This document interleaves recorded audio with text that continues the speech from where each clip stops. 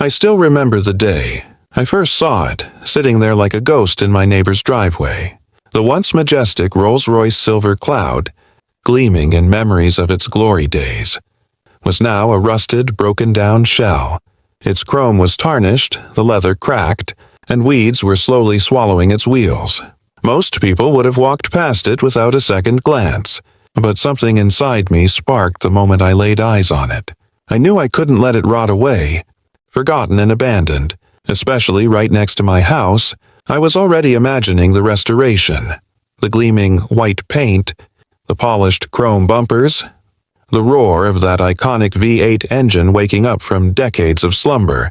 But I didn't know what I was getting into. Restoring a classic car is never just about tools and mechanics. It's about patience, sweat, and a little bit of insanity. And this particular Rolls-Royce seemed to demand all three.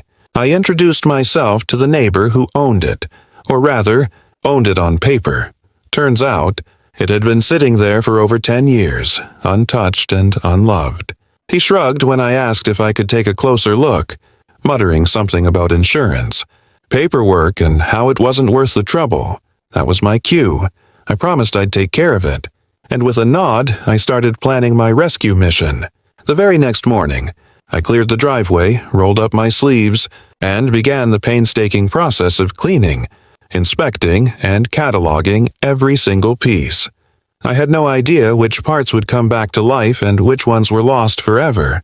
Each bolt I tightened felt like stitching together a piece of history. Every panel I polished revealed a reflection of its former elegance. It was hard work, yes, but there was a strange joy in bringing something once thought dead back to life. But then, just when I was starting to feel like this was going to be my quiet, little passion project, trouble showed up. Not mechanical trouble, not financial trouble. Something far scarier. HOA Karen. She was a force of nature in our neighborhood, notorious for stepping into anyone's business and making their life miserable over the smallest rule infraction. And now, apparently, this silver cloud had crossed a line she didn't even know existed yet. The day she confronted me in my driveway, clipboard in hand, I realized this restoration project wasn't just about bringing a classic car back to life. It was about defending it. And me.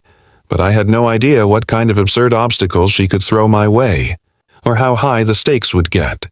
I didn't know it at the time, but restoring this Rolls-Royce would test my patience, my skills, and my nerves like nothing else.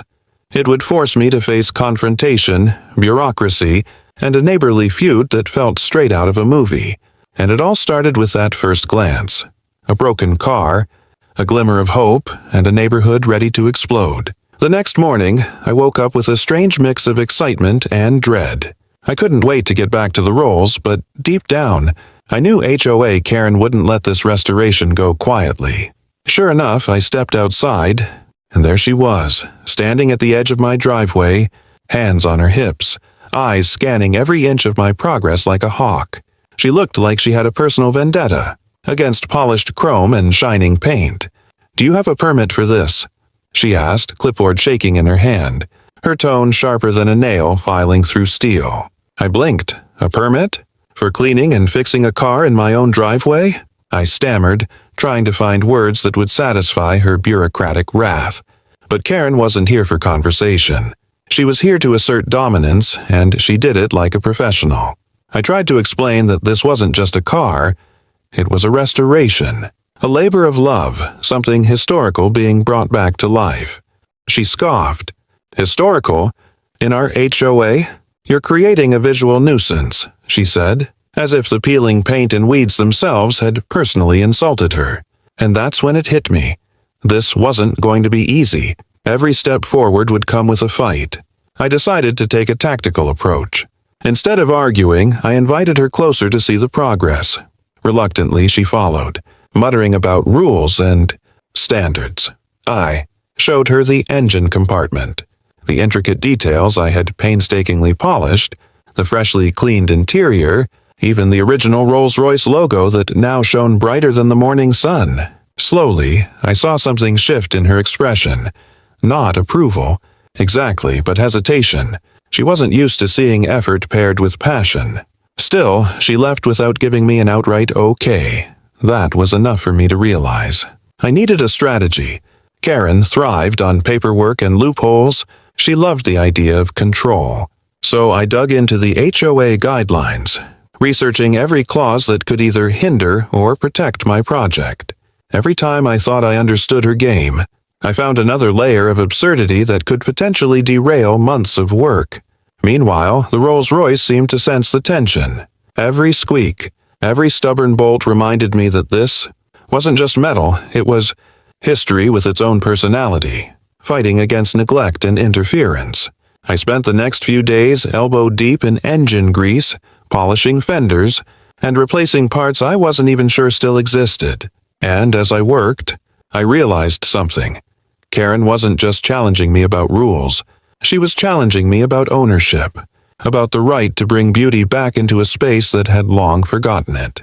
By the time she showed up again, clipboard in hand, I had already installed the first shiny bumper and replaced the cracked headlights. The Silver Cloud was starting to look alive again, and I knew the real battle was only beginning, but I couldn't back down. The following week, Karen's visits became almost ritualistic.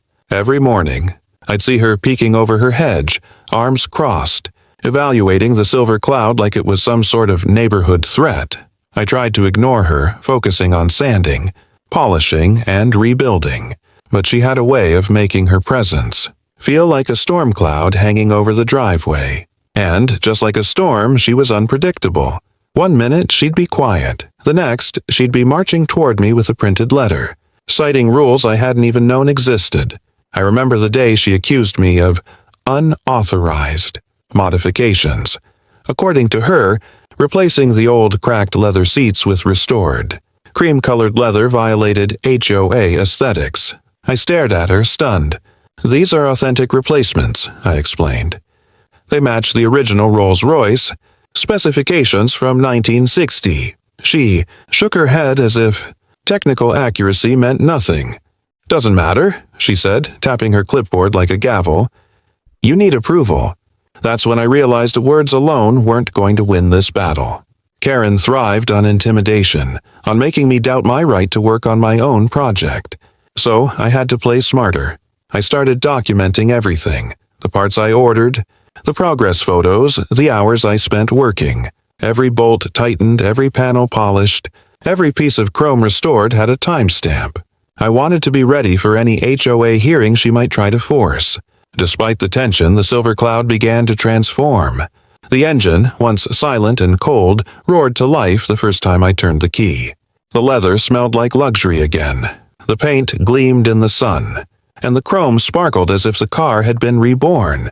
There was an indescribable satisfaction in seeing years of decay vanish before my eyes. But Karen wasn't impressed, at least not yet. Then came the tipping point. She called a neighborhood meeting, insisting that my restoration violated community standards. I showed up with pictures, receipts, and even a short video documenting the restoration process. I spoke passionately about preserving history, about bringing life back to something that deserved it. People started murmuring agreement. Even a few of my neighbors, previously quiet, nodded in support. Karen's face tightened. I could see her realizing that this wasn't going to be a simple warning she could enforce. This was a showdown, and I was ready to defend every inch of progress I'd made. The Silver Cloud had become more than a car. It was my battleground, my testament to perseverance and, strangely enough, a symbol of resisting unnecessary control. The tension had reached a boiling point. Something told me the next move would be decisive. It wasn't just about the car anymore. It was about standing up and proving that passion could outshine petty rules. And that's when I heard the words that would change everything. The next morning, Karen arrived earlier than usual, her expression a mixture of irritation and disbelief. I had a feeling she expected me to be defeated, to panic under the weight of her rules and complaints. But instead, I was ready. The Silver Cloud gleamed in the morning sun, every curve polished, every detail restored to perfection. It looked like it had driven straight out of 1960, radiating elegance and power. She stopped at the edge of the driveway, squinting. muttering something about still a violation. I walked toward her, holding my head high. "Take a look," I said. "This is not just a car. It's history. It's art, and I did it by the book, documented every step, followed every legal requirement." I handed her a folder with photographs, invoices, and detailed notes about the restoration. Karen flipped through it, her eyes narrowing, but for the first time, she didn't have a sharp retort ready. I could see the gears turning. The rules she wielded like a weapon weren't enough to erase what I had accomplished. The car, fully restored, was undeniable evidence of dedication, skill, and respect for the craft. It wasn't a nuisance, it was a masterpiece. As she finally closed the folder, I could tell she realized she had reached a dead end. There was nothing more she could do without looking ridiculous in front of the neighbors. And indeed, a few curious onlookers had gathered, watching silently from behind hedges and windows. Their subtle nods of approval made the victory even sweeter. This wasn't just a win against HOA Karen. It was a win for passion, creativity, and the right to bring something beautiful back to life. I climbed into the driver's seat, the leather soft and warm beneath my hands. The engine purred like a contented cat, every gear shift smooth and precise. I could feel the history and craftsmanship vibrating beneath me. Driving it felt surreal, like I had been given a second chance to experience something timeless. Karen, for once, was silent. No complaints, no lectures, just a begrudging acknowledgement of the undeniable. As I cruised slowly down the street, I realized the Silver Cloud had changed more than my driveway. It had changed me. It taught me patience, determination, and the courage to stand firm against unreasonable opposition. It reminded me that passion isn't always easy, and sometimes the obstacles aren't mechanical. They're human. By the time I returned home, polished, restored, and victorious, I knew this project would remain one of the proudest achievements of my life. HOA Karen might continue to patrol the neighborhood with her clipboard, but the Silver Cloud was untouchable. Its story, my story, and the quiet triumph of persistence were now etched into every gleaming panel. Hey, if you enjoyed watching me bring this broken Rolls-Royce back to life and survive the chaos with HOA Karen, make sure you hit that like button. I'd love to hear your thoughts. So drop a comment below telling me what you would do if you were in my shoes. And don't forget to subscribe and turn on notifications. I've got more wild car restorations, neighborhood drama, and stories you won't believe coming up. And I don't want you to miss a single one.